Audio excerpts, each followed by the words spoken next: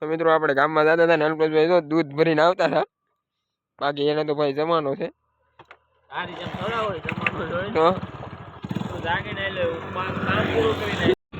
તો મિત્રો હવે આપણે બીજી વાડી બાજુ જઈએ છીએ. આપણે લાઠિયાનું પતરાનો એક બોલ તૂટી ગયો હતો. એ પતરું લેવા જઈએ છીએ. વેવડિંગ થઈ ગયું છે એટલે લઈને આવી ગયું. પછી આપણે આથી ચાલુ કરી દેવાનું છે. લાઠવાનું વણમાં થોડુંક બાકી રહી ગયું છે.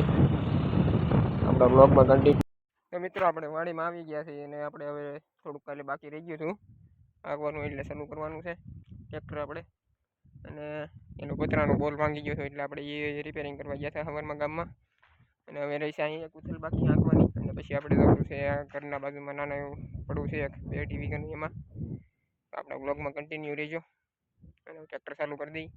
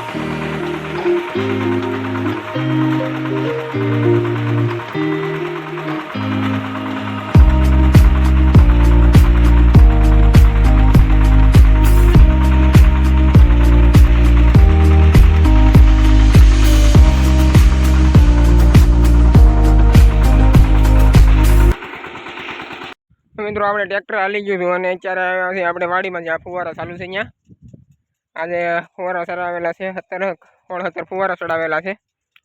હાથની મોટર સડી કરી નાખી એટલે અને પ્રેશર કંઈક આવું છે. અને હવે હું ઘર બાજુ અને હવે વણમાં ધોળિયો કરવાનો છે. તો આપણે અલ્પેશભાઈના ઘરે આવ્યા છીએ રોટાવેટર લેવા. આપણે વણમાં થોડુંક દોડજો કરવાનો છે એટલે રોટાવેટર પહેલાં આંખીને પળા કરવાની છે. અને આપણને અલ્પેશભાઈ જો રોટાવેટર જોડાવી દે છે. અમને ટ્રેક્ટરથી હેઠું ઉતરવું પડે એમ છે નહીં કાંઈ.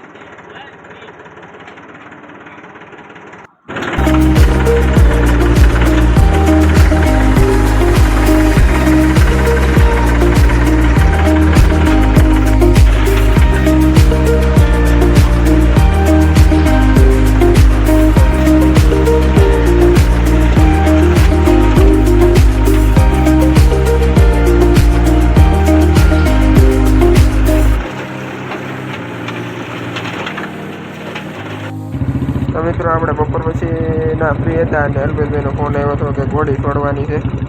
આપણે તો માહીને જ નથી છોડવાની પણ માણેકને એકલીને છોડવાની હતી. આપણે જઈએ છીએ આપણે બુલેટ લઈને અને આપણી વાટે ઊભા છે આમ આગળ.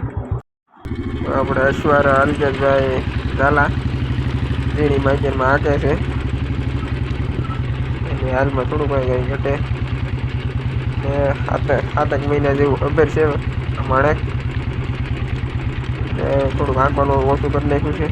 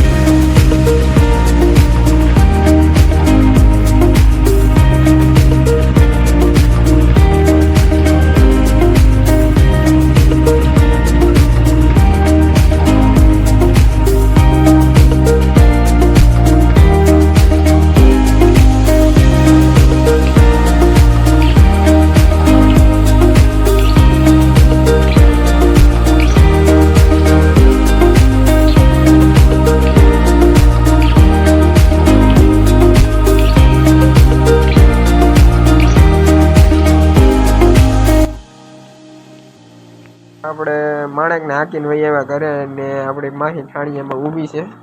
હમણાં આને થોડાક દિવસ માટે પોરો દેવાનો છે. હમણાં કંઈ છોડવાની છે નહીં.